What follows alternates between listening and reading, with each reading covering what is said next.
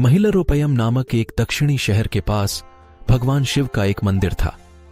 वहां एक पवित्र आर्षी रहते थे और मंदिर की देखभाल करते थे। वे भिक्षा के लिए शहर में हर रोज जाते थे और भोजन के लिए शाम को वापस आते थे। वे अपनी आवश्यकता से अधिक एकत्र कर लेते थे और बाकी का बर्तन में डालकर गरीब मजदूरों में बांट देते थे, जो बदले में मंदिर की सफाई करते थे और उसे सजावट का काम किया करते थे। उसी आश्रम में एक चूहा भी अपने बिल में रहता था और हर रोज कटोरे में से कुछ न कुछ भोजन चुरा लेता था।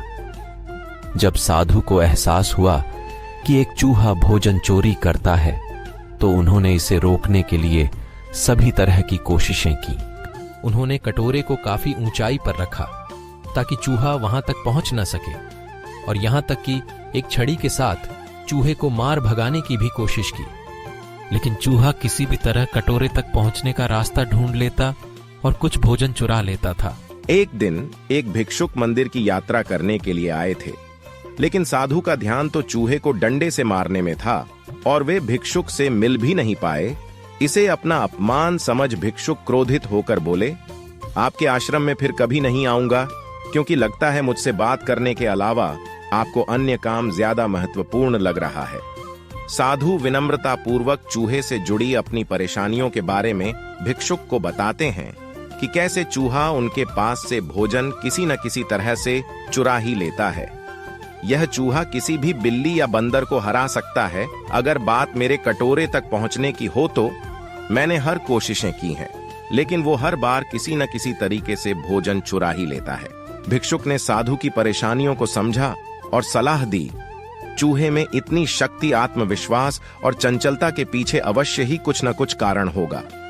मुझे यकीन है कि इसने बहुत सारा भोजन जमा कर रखा होगा और यही कारण है कि चूहा अपने आप को बद्धा महसूस करता है और इसी से उसे ऊंचा कूदने की शक्ति मिलती है। चूहा जानता है कि उसके पास कुछ खोने के लिए नहीं है, इसलिए वो डरता नहीं है। इस प्रकार साधु और भिक्षुक निष्कर्ष निकालते हैं कि अगर वे चूहे के बिल तक पहुंचने में सफल होते हैं, तो वे चूहे के भोजन के भंडार तक पहुंचने में सक्षम हो जाएंगे। उन्होंने फैसला किया कि अगली सुबह वो चूहे का पीछा करेंगे और उसके बिल तक पहुंच जाएंगे। अगली सुबह वो चूहे का पीछा करते हैं और उसके बिल के प्रवेश द्वार तक पहुंच जाते हैं। जब वो खुदाई शुरू करते हैं तो देखते हैं कि चूहे ने अनाज का एक विशाल भंडार बना रखा है। फौरन ही साधु ने सारा चुराया गया भोजन एकत्र करके मंदिर में ले जाते हैं। वापस आने पर अपना सारा अनाज गायब देख चूहा बहुत दुखी हुआ और उसे इस बात से गहरा झटका लगा और उसने सारा आत्मविश्वास खो दिया। अब चूहे के पास भोजन का भंडार नहीं था, फिर भी उसने फैसला किया कि वो फिर से रात को कटोरे से भोजन चुराएगा। लेकिन जब उसने कटोरे तक पहुंचने की कोशिश की, तब वह धड़-धाम से नीच गिर गया और उसे यह एहसास हुआ कि अब न तो उसके पर शक्ति है और न ही आत्मविश्वास। उसी समय साधु ने भी छट-डिढ़ी से उस पर हमला किया। किसी तरह चूहे ने अपनी जान बचाई और भागने में कामयाब रहा और फिर वापस मंदिर कभी नहीं आया। यदि हमारे पास भी संसाधनों की कमी न हो, तो हम में भी अद्भुत शक्तियां और आत्मविश्वास की कमी कभी नहीं आ सकती।